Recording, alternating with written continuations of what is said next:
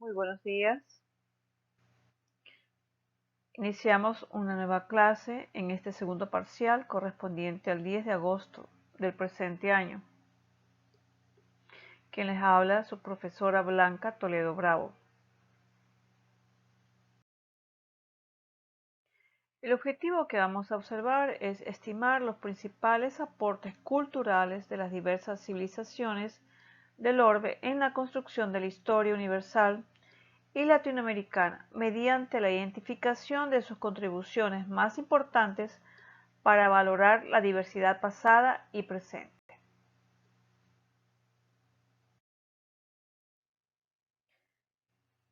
Tenemos el origen de la propiedad privada. Como apreciamos en su diapositiva, en el Paleolítico, la caza y la recolección eran tareas cooperativas, pero con la revolución neolítica esa visión empezó a cambiar. La agricultura representó una nueva forma de satisfacer las necesidades. Convertir una zona virgen, productiva en productiva, requirió gasto calórico, empleo de tiempo y de herramientas antes de ver los frutos, es decir, exigió trabajo. Este proceso productivo neolítico fue el origen de la propiedad, que entonces era sobre la tierra por dos razones. Después de desarrollar el proceso productivo para obtener cosechas, alimentarse y almacenar los excedentes, el ser humano debió repetir el ciclo, pero no desde cero sino en la tierra, que ya acondicionó para tal fin. Por eso se apropió del predio y no estaba dispuesto a cederlo ni compartirlo sin un beneficio que le restituyera su esfuerzo y garantizara su alimentación. Hay en ello un egoísmo implícito, pero no desde el punto de vista moral, sino psicológico. El excedente, que fue el fruto de su trabajo, también le perteneció y lo utilizó para guardar provisiones o para intercambiarlo por otros alimentos, herramientas o artefactos necesarios para repetir y mejorar el proceso de productivo. El excedente se convierte así en riqueza intercambiable que forma parte de su propiedad personal. Lo mismo que las herramientas y utensilios, también la vivienda y hasta cierto punto la mano de obra en la que dará origen a la esclavitud.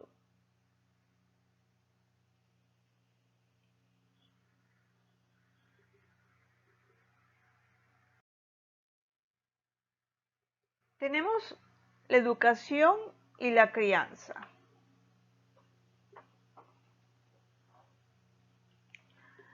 Las mujeres se dedicaron al cuidado de los miembros del clan y a la enseñanza. Durante el Paleolítico el aprendizaje era espontáneo, pues no existía un conocimiento que precediera a los seres humanos. La humanidad empezaba a conocer el mundo.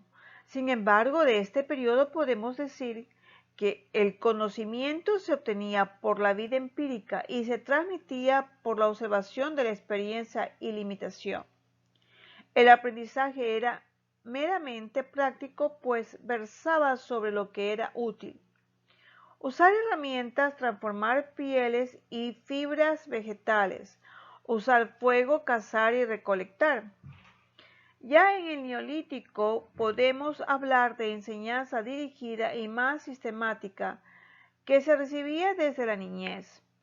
Entre los contenidos de la enseñanza en el Neolítico tenemos mitos y tradiciones que explicaban el origen del mundo, normas de conducta generalmente consideradas de inspiración divina e integradas en un sistema de creencias religiosas, el cúmulo de conocimientos sobre las plantas, los animales. La mujer comprendió y transmitió a sus hijos el conocimiento precientífico. Una de las formas de transmitir el conocimiento fue mediante el arte rupestre, que se estilizó en el Neolítico hasta que dio origen a la escritura. Por razones físicas, biológicas y afectivas dentro de la división del trabajo, a la mujer le correspondió la alimentación de los infantes mediante la lactancia materna en una era de esperanza de vida mucho más baja que la actual. Esta actividad era de suma importancia para la supervivencia de la especie humana.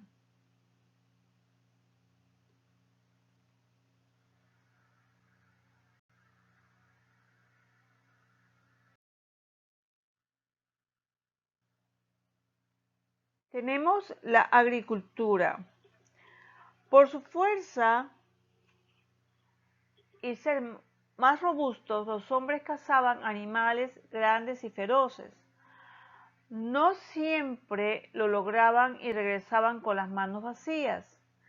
Las mujeres garantizaban la alimentación gracias a que recolectaban frutos secos, raíces, hojas, granos, tallos, insectos y también se dedicaban a la caza de animales pequeños. Por otra parte, algunos científicos han propuesto que por haber estado más cerca del refugio, las mujeres inventaron la costura y la alfarería.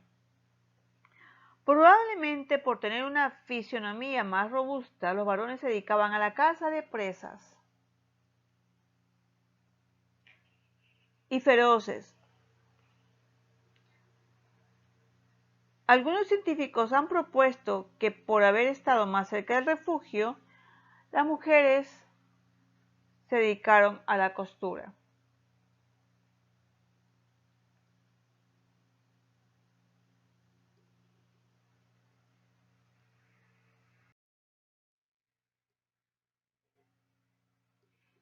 Encontramos aquí el patriarcado.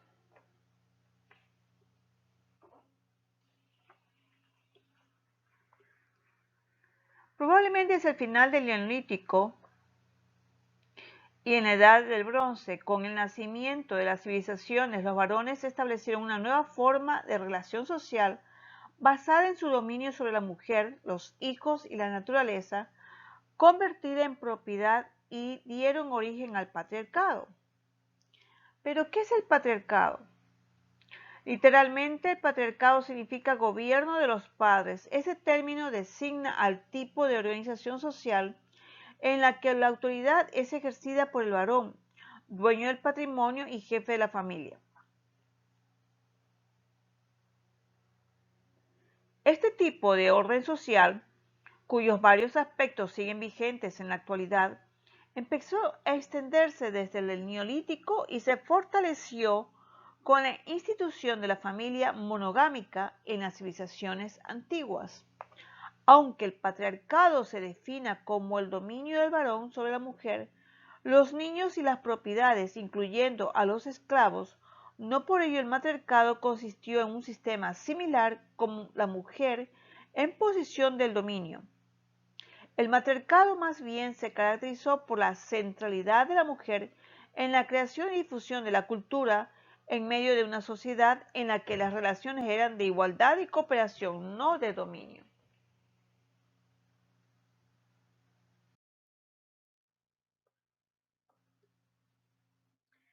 Tenemos el patriarcado en la tradición religiosa.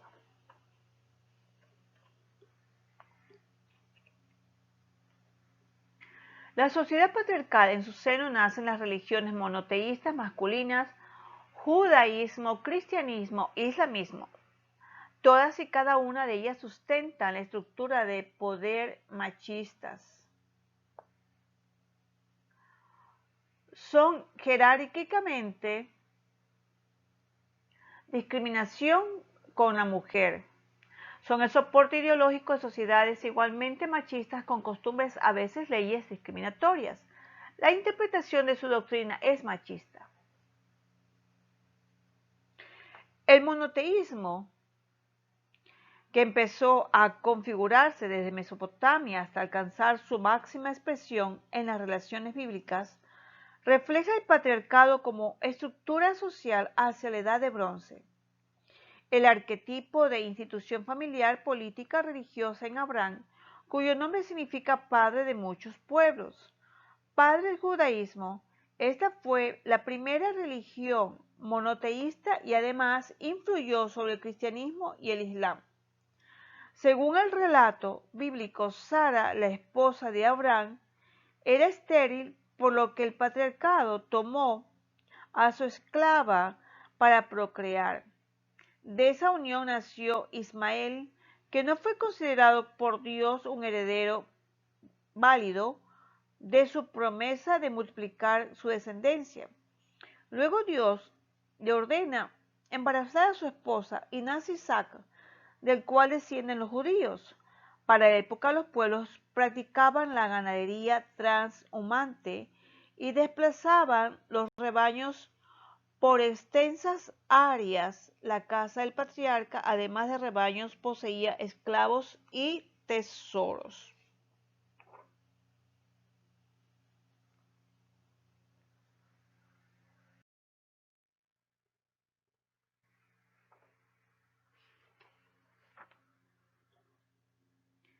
En algunas sociedades siguen fundamentándose la coerción a través de leyes que limitan a las mujeres a ejercer determinados roles, generalmente domésticos, donde son condenados a muerte por adulterio, reciben castigos físicos cuando pretenden que se reconozca igualdad entre géneros.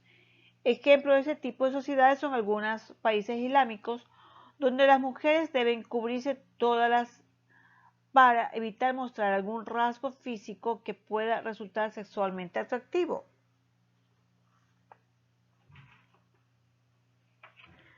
Nosotros nos preguntamos, ¿cómo vivía el hombre y la mujer primitivos? En la vida cotidiana, tenían que recolectar vegetales y cazar. Al sedentarse sabían que había lugares donde habían abundantes vegetales.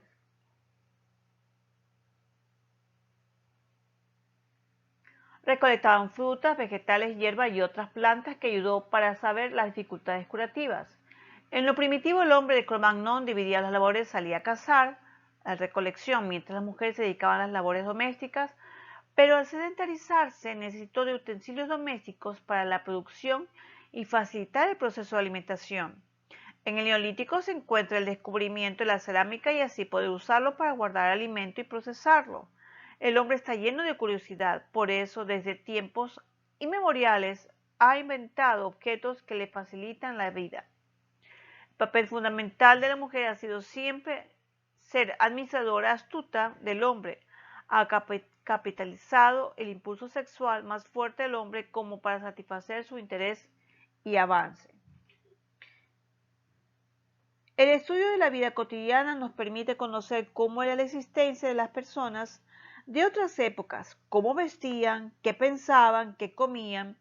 En el caso del estudio de la prehistoria debemos recurrir a fuentes secundarias, pues no hay escritos de la época que relaten las costumbres que solo se han conocido a través de excavaciones arqueológicas. Para aproximarse a la cotidianidad de tiempos pasados, debemos preguntarnos cuál es el objetivo de estudio, algunos de los aspectos más importantes de la vida familiar, la vida social y la vida laboral. ¿Cómo estudiaron?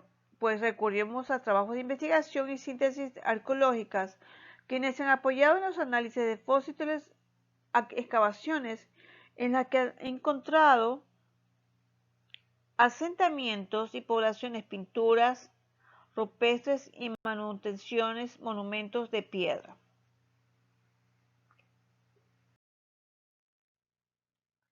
¿Qué es la actitud mental positiva?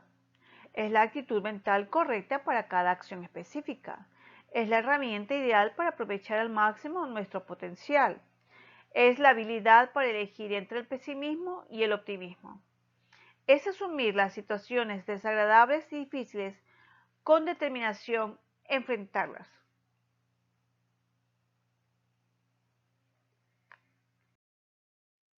En los anexos les dejo un video sobre el nacimiento, la agricultura y ganadería para reforzar la clase vista el día de hoy.